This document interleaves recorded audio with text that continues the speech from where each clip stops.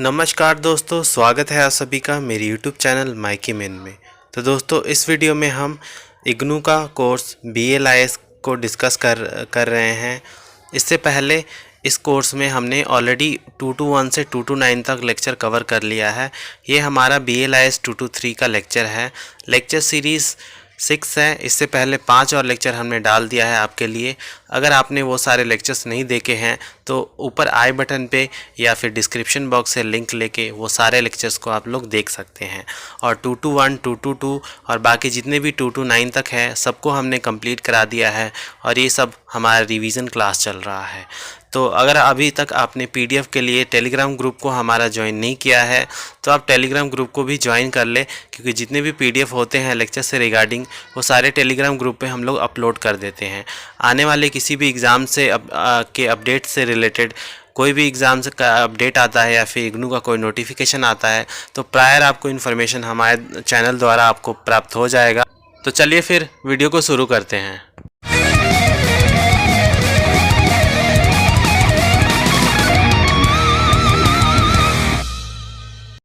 ये हमारा BLIS 223 का लेक्चर सीरीज़ 6 है और इसमें हम मल्टीपल चॉइस क्वेश्चन को डिस्कस करने वाले हैं। स्पेशल लेक्चर आप लोगों का चल रहा है BLIS एग्ज़ाम से रिलेटेड, तो हमारे चैनल से बने रहें इसी तरह के कंटेंट के लिए। तो इस लेक्चर में हम लोग 35+ क्वेश्चन को डिस्कस करने वाले हैं, तो वीडियो को लास्ट तक देखिएगा।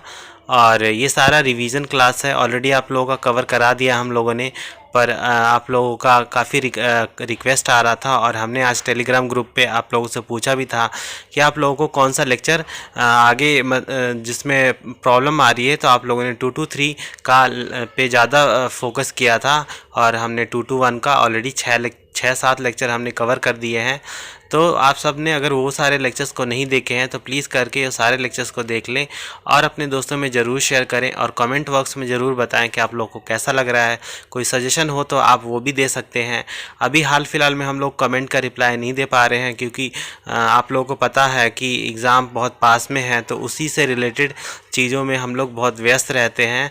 तो लेक्चर आपको कैसा लगा आज का वो कमेंट बॉक्स में आप लिख के ज़रूर बताएं और कोई सजेशन हो तो वो भी अवश्य दें।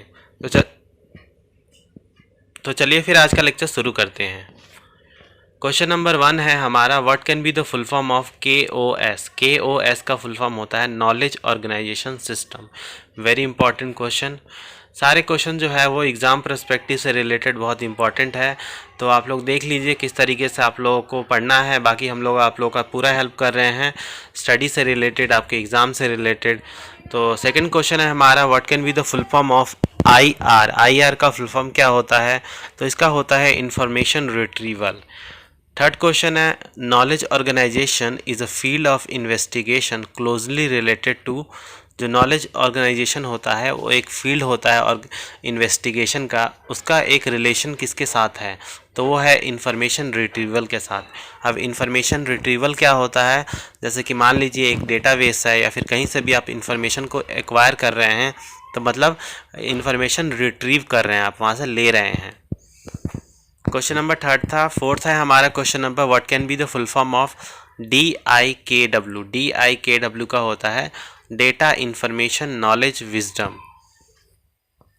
क्वेश्चन नंबर फिफ्थ है, what can be the full form of RDF। RDF का फुल फॉर्म होता है resource description framework. Question number six है, KOS that is knowledge organisation system are grouped into dash general category. तो इसको हमने कितने categories में डिवाइड कर रखे हैं? तो इसका करेक्ट ऑप्शन है 3 जनरल कैटेगरीज में डिवाइड कर रखा है। वो 3 कौन से हैं? पहला है टर्म लिस्ट, दूसरा है क्लासिफिकेशन एंड कैटेगराइजेशन एंड तीसरा है रिलेशनशिप ग्रुप। तो ये 3 ग्रुप थे। सेवन्थ क्वेश्चन है, what can be the full form of MESH। MESH का फुल फॉर्म होता है मेडिकल सब्जेक्ट हेडिंग्स। क्वेश्चन 8 है, what can be the full form of LCSH। LCSH का फुल फॉर्म होता है library of Congress subject heading. तो ये 8th क्वेश्चन था। 9th क्वेश्चन है हमारा, what can can be the full form of UMLS? UMLS का होता है unified medical language system. 9th question था। 10th क्वेश्चन है हमारा, an important characteristic feature of dash is that it has in house collection of its own and unbound networks resource within its reach।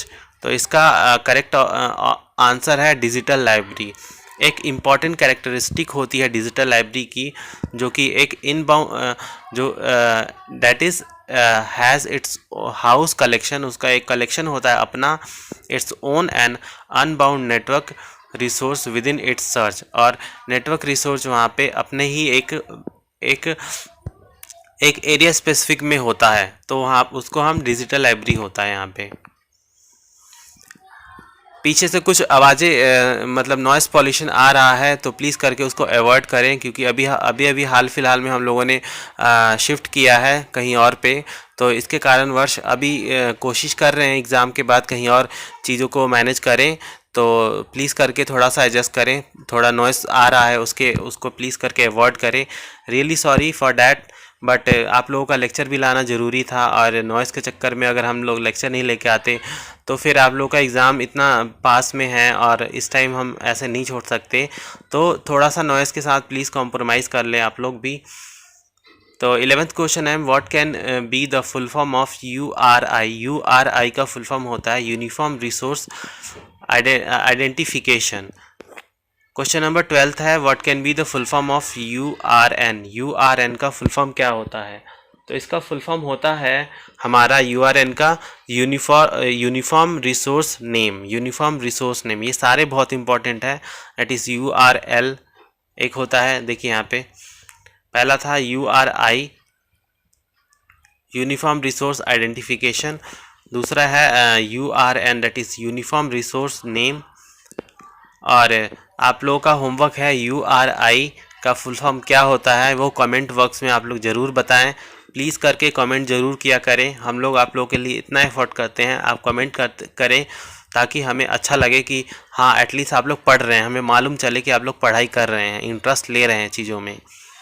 तो question number हमारा 13 है, a dash is a connection from one page to another destination such as another page और a different location on the same page.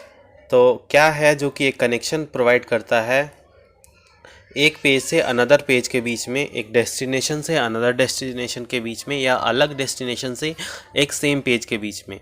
तो वो होता है link. एक link जो होता है वो कनेक्शन के रूप में काम करता है दो डिफरेंट एक डेटाबेस से। मान लीजिए आप एक कंप्यूटर यूज़ कर रहे हैं, तो जैसे कि आपका जो गूगल है, क्रोम है, वो क्या है, एक सर्च टूल है।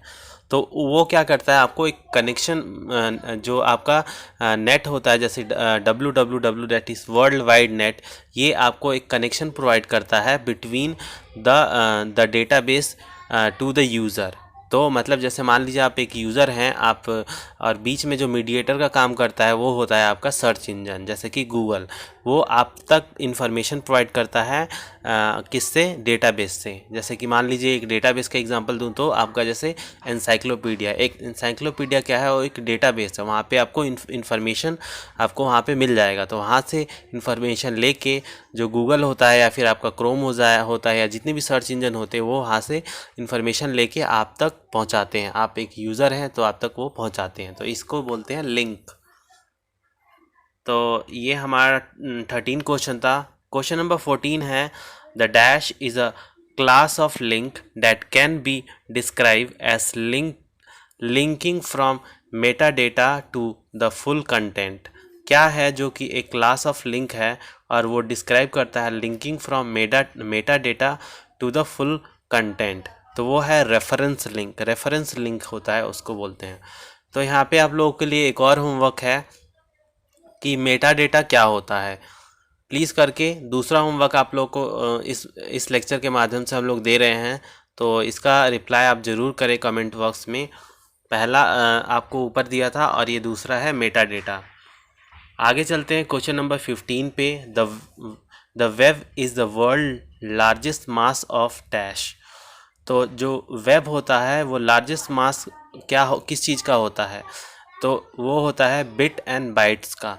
तो अभी मैंने बताया था आपको, आई थिंक 2 to 1 में या सॉरी 2 to 4 में बताया था या 2 to 9 में, एग्जैक्टली रिकॉल नहीं कर पा रहे हैं। पर मैंने आपको बिट बाइट MG मेमोरी ये सारा बताया था, मैंने पूरा डिटेल में बताया था कि जो मेमोरी जो स्टोरेज डिवाइस होती है उसका सबसे जो स्मॉलेस्ट यूनिट होता है जिसमें आप जो इन्फॉर्मेशन को स्टोर करके रख सकते हैं वो होता है बिट। उससे बड़ा आ जाता है हमारा बाइट, फिर आ जाता है MB that is KB that is kilo byte, फिर आ जाता है MB मेगाबाइट। तो ऐसे करके बढ़ते जाते हैं। तो सबसे स्मॉलेस्ट यूनिट होता है वेब का जहाँ पे उसका वो होता है बिट। आगे चलते हैं क्वेश्चन नंबर 16 पे। क्वेश्चन 16 है knowledge organisation system can be use to. पहला है नॉलेज 16 का है कि जो नॉलेज ऑर्गेनाइजेशन सिस्टम है वो क्या यूज़ करता है, यूज़ करते हैं उसको किस तरीके से। To provide alternative subject access, वो हमें एक अल्टरनेटिव सब्जेक्ट का एक्सेस प्रोवाइड करता है। दूसरा, add model of understanding to digital library resource, और डिजिटल लाइब्रेरी रिसोर्स के द्वारा को हमें एक मॉडल अंडरस्टैंडिंग प्रोवाइड करता है। तीसरा है सपोर्ट मल्टीलिंगुअल एक्सेस, बहुत सारे लैंग्वेज में एक्सेस को प्रोवाइड करता है। और supply term for expenses of free text search in domains that are relatively unknown to the user, और फ्री टेक्स्ट सर्च को भी प्रोवाइड करता है उस डोमेन में जो कि रिलेटिवली, मतलब बात करें तो जो आपका यूज़र होता है हमारा, उसको भले ही वो चीज़ पता ना हो उसमें भी वो सर्च करता है। क्वेश्चन 17 है dash refers to provision of additional subject orientation that makes the resource accessible to different audience.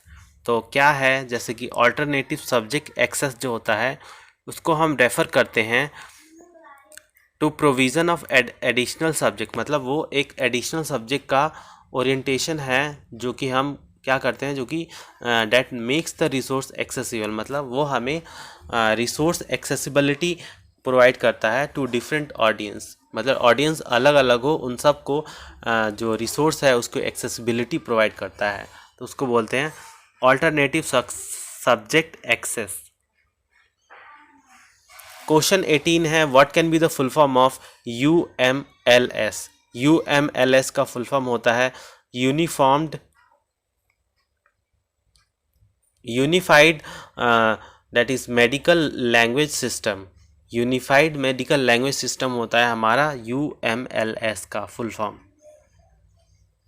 19th है what can be the full form of HTTP, hyper text transfer protocol. ये question हमने already करवा दिया था, but ये इसलिए लेके आए हैं क्योंकि जब हमने ये वाला क्वेश्चन करवाया था एक बार तो 2 कमेंट आए थे, हालांकि एक ही पर्सन के, कि सर जो HTTP है वो आपने गलत बता दिया है, तो इसीलिए ये वाला क्वेश्चन दोबारा लेके आए हैं। और हाँ निकल गया होगा, मतलब क्योंकि काफ़ी बार ऐसा होता है कि मतलब जो सामने हम बोल रहे होते हैं कभी कभी ऐसा हो जाता है कि कुछ अलग बोल देते हैं, बट वो आपको दिखता है एग्ज़ाम्पल में, क्योंकि वहाँ पे 3-4 ऑप्शन होते हैं तो वहाँ से आप टिक लगा सकते हैं। तो गलती से अगर निकल गया होगा तो उसके लिए सॉरी, इसीलिए ये वाला क्वेश्चन लेके आए हैं ताकि आपका जो भी डाउट्स है वो क्लियर कर दे कि HTTP का जो फुल फॉर्म होता है एग्जैक्ट वो होता है हाइपर टेक्स्ट ट्रांसफ़र प्रोटोकॉल। और कुछ गलतियां होती हैं तो आप लोग प्लीज़ करके कमेंट में बताया करें, इससे अच्छा लगता है और पता भी चलता है कि एटलीस्ट आप लोग पढ़ रहे हैं। ऐसा नहीं है कि आप लोग सिर्फ पैरेट लर्निंग ही कर रहे हैं, जो हम आप लोग को दे रहे हैं सिर्फ वो आप आंख बंद करके उसको चीज़ों को फॉलो कर रहे हैं। कुछ गलतियां हर चीज़ में होती है, we are not very perfect, हर चीज़ में से कुछ भी परफेक्ट नहीं होता है, तो प्लीज़ करके थोड़ा ध्यान दिया करें आप लोग भी। और जो लोग भी कमेंट करते हैं कुछ उनको लगता है कि हाँ ऐसा नहीं है, उनको थैंक यू, आप लोग एटलीस्ट इनिशिएटिव ले रहे हैं बाकी लोगों को करेक्ट करने का। क्योंकि हम लोग एक बार लेक्चर लेते हैं तो बाद में देखते हैं, बट क्या होता है कि कभी कभी टाइम नहीं होता है तो उसको वेरीफाई नहीं कर पाते, क्योंकि मान लीजिए एक लेक्चर डाल दिया, फिर उसके बाद हम दूसरे लेक्चर में लग जाते हैं उसका तो इसके क्या होता है कि कभी कभी चीज़ों को हम नहीं देख पाते हैं। तो उस टाइम आप लोग अपना इंटेलिजेंट थोड़ा इस्तेमाल किया करें। कुछ क्वेश्चन गलत हो सकता है, अगर किया हो तो उसको आप कमेंट बॉक्स में ज़रूर बताएं। क्वेश्चन 20 है, the dash is an international consortium is primarily responsible for the creation and the development of web standard and guideline। तो क्या है जो कि इंटरनेशनल कंसोर्टियम है और वो प्राइमरली रिस्पॉन्सिबल किस चीज़ के लिए है? For the creation and the development of web standard and guideline. तो है world wide web consortium, world wide web consortium. Question 21 है, what can be the full form of RDF? RDF का full form क्या होता है? तो इसका full form होता है रिसोर्स डिस्क्रिप्शन फ्रेमवर्क। क्वेश्चन 22 है, what can be the full form of OWL? OWL का होता है वेब ओंटोलॉजी लैंग्वेज। अब आप लोगों का आज का थर्ड होमवर्क है। जो ओंटोलॉजी होता है वो क्या होता है? ओंटोलॉजी का आप लोग यहाँ पे बताएं, ओंटोलॉजी क्या होता है। ये तीसरा आपका होमवर्क है, होमवर्क का क्वेश्चन है। तो 23rd क्वेश्चन है, what can be the full form of SKOS? SKOS का होता है simple knowledge organisation system. Question 24th है, what can be the full form of DCMI? DCMI का होता है Dublin core meta data initiative. क्वेश्चन 25 है, in early 1960s libraries of Congress developed a system of dash with a new set of rules for machine manipulation।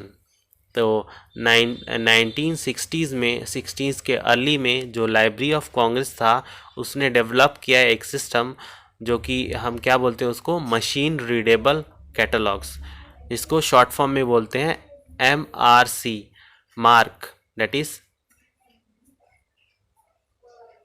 Sorry हाँ, इसमें library इन्होंने develop किया machine readable catalogue, जो कि एक new set of rule पे बेस्ड था जो कि मशीन को मैनिपुलेट करता था। तो इसका करेक्ट ऑप्शन है, आंसर है मशीन रीडेबल कैटलॉग्स। आगे क्वेश्चन 26 है, the dash categories the dash cataloguing standard produce during the third age. तो कितने कैटलॉगिंग स्टैंडर्ड जो थे जो कि थर्ड एज में मतलब आए थे? तो यहाँ पे करेक्ट ऑप्शन जो है वो है 3, लास्ट वाला ऑप्शन करेक्ट है। थर्ड कैटलॉगिंग स्टैंडर्ड जो था वहाँ पे आया था। तो वो थर्ड कौन कौन से हैं? पहला है मार्क, MARC, मार्क, ISBD और AACR 2R।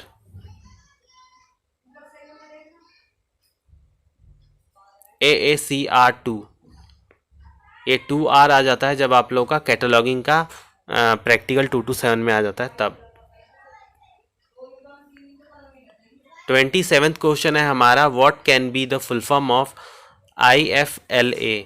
तो इसका होता है international federation of library association and institution. तो ये ऊपर वाले का ही है, यहाँ पे हमने एक क्वेश्चन डिस्कस किया था उसका, और ये इफ्ला ये बार बार आता है ताकि जो क्वेश्चन रिपीट हो रहे हैं तो आप उन लोगों को एक तरह से रिवीजन के तौर पे लें, क्योंकि बार बार जितने आपके पास क्वेश्चन सेम अगर आ रहा है, क्योंकि तो वो क्या होता है आप लोगों के माइंड में एक तरह से घर कर जाएगा, फिर आप एग्ज़ाम में आप लोगों को रट्टा नहीं मारना पड़ेगा, आप वैसे ही आप याद कर पाएंगे।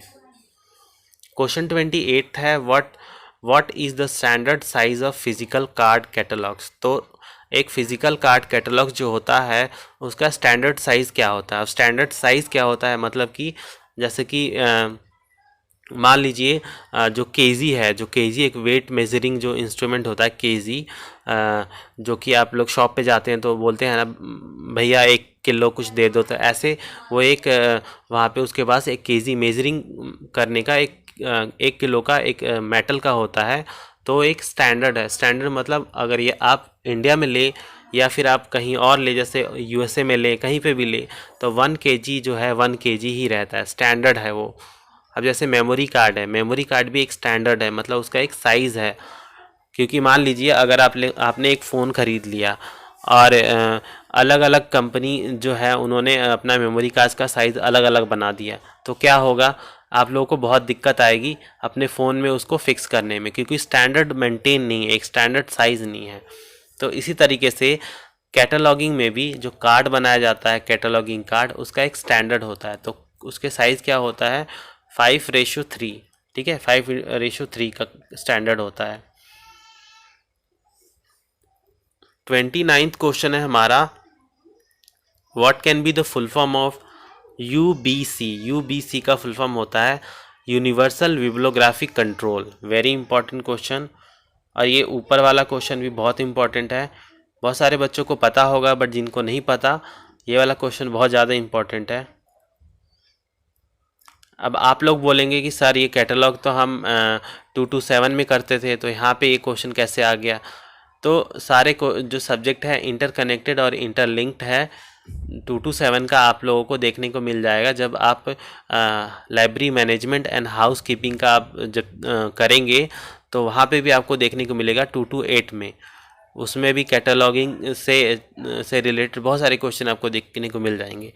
तो हम ऐसा नहीं कह सकते कि ये वाला तो इस मतलब सब्जेक्ट से रिलेटेड है, क्योंकि सारे सब्जेक्ट एक दूसरे से इंटर रिलेटेड है, इसीलिए कुछ क्वेश्चन जो है आपको कॉमन देखने को मिलते हैं हर किसी में। तो क्वेश्चन 30 है, a catalogue in electronic that is machine readable format accessible through a medium is dash. तो इसका जो करेक्ट ऑप्शन है वो है ऑनलाइन कैटलॉग्स। ऑनलाइन कैटलॉग जो होता है वो एक इलेक्ट्रॉनिक फॉर्मेट में होता है, जिसको आप एक्सेस कर सकते हैं एक मीडियम के द्वारा। आगे चलते हैं क्वेश्चन नंबर 31 पे। क्वेश्चन 31 है, dash is a library catalogues consisting of a collection of bibliographic record in machine readable format. तो ऑनलाइन कैटलॉग जो है वो एक लाइब्रेरी कैटलॉग है जिसको हम कंसिस्ट करते हैं, मतलब जिसको हम लेते हैं कलेक्शन ऑफ बिब्लियोग्राफिक रिकॉर्ड में, जो कि मशीन रीडेबल फॉर्मेट में आपको मिलता है। 32nd क्वेश्चन है, type of data can be. तो डेटा के टाइप्स क्या क्या हो सकते हैं। पहला है bibliography, holding authority, classification, community information. तो ये हमारे डेटा के टाइप्स हैं, जिसमें हम डेटा को स्टोर कर सकते हैं या फिर हम कहीं से डेटा को एक्सेस कर सकते हैं। क्वेश्चन 33 है, online catalogues are generated in dash ways. तो ऑनलाइन जो कैटलॉग्स होता है वो कितने तरीके से हम लोग जनरेट कर सकते हैं। तो इसका करेक्ट ऑप्शन है वो 4, 2 वेज में हम जनरेट कर सकते हैं। तो वो 2 तरीके कौन से हैं, original cataloguing and copy cataloguing. ये क्वेश्चन 34 है, कॉपी कैटलॉगिंग वर्क्स इंक्लूड। तो कॉपी कैटलॉगिंग में क्या क्या इंक्लूड होता है, जैसे finding source of mark record of target document.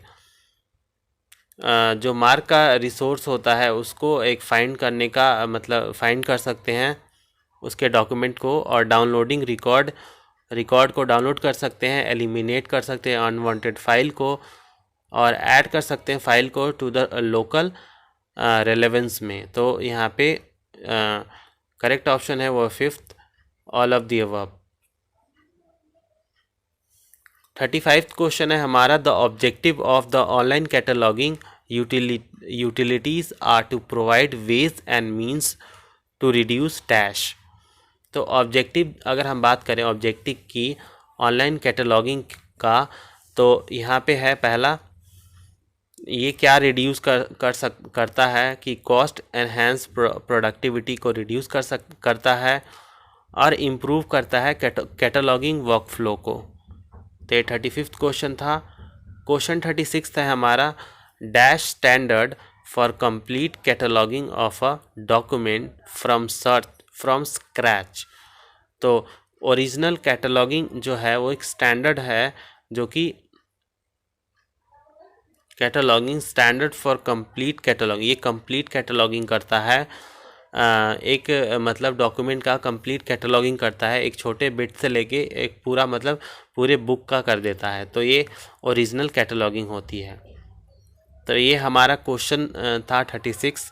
ये लास्ट क्वेश्चन था इस लेक्चर का, और ये हमारा 2 to 6 का लेक्चर सीरीज 6 था, 2 to 3 का सॉरी।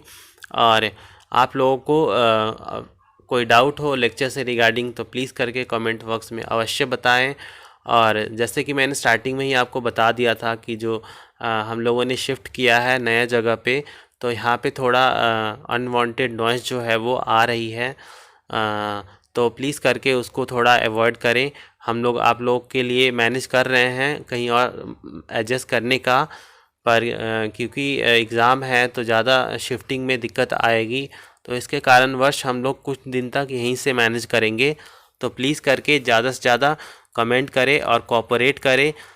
हमारे चैनल को अपने दोस्तों में ज़रूर शेयर करें जो BLIS, CLIS और MLI से रिलेटेड हैं, और किसी भी अपडेट से रिलेटेड हम लोग के चैनल से जुड़े रहें। अपडेट कोई भी आता है तो हम लोग ज़रूर आप लोग को बताएंगे। तो मिलते हैं आप सभी के नेक्स्ट लेक्चर में, और लेक्चर कैसा लगा कमेंट बॉक्स में ज़रूर बताएं, और होमवर्क का आंसर देना ना भूलें। तो चलिए फिर मिलते हैं आप सभी से नेक्स्ट वीडियो में, तब तक के लिए धन्यवाद।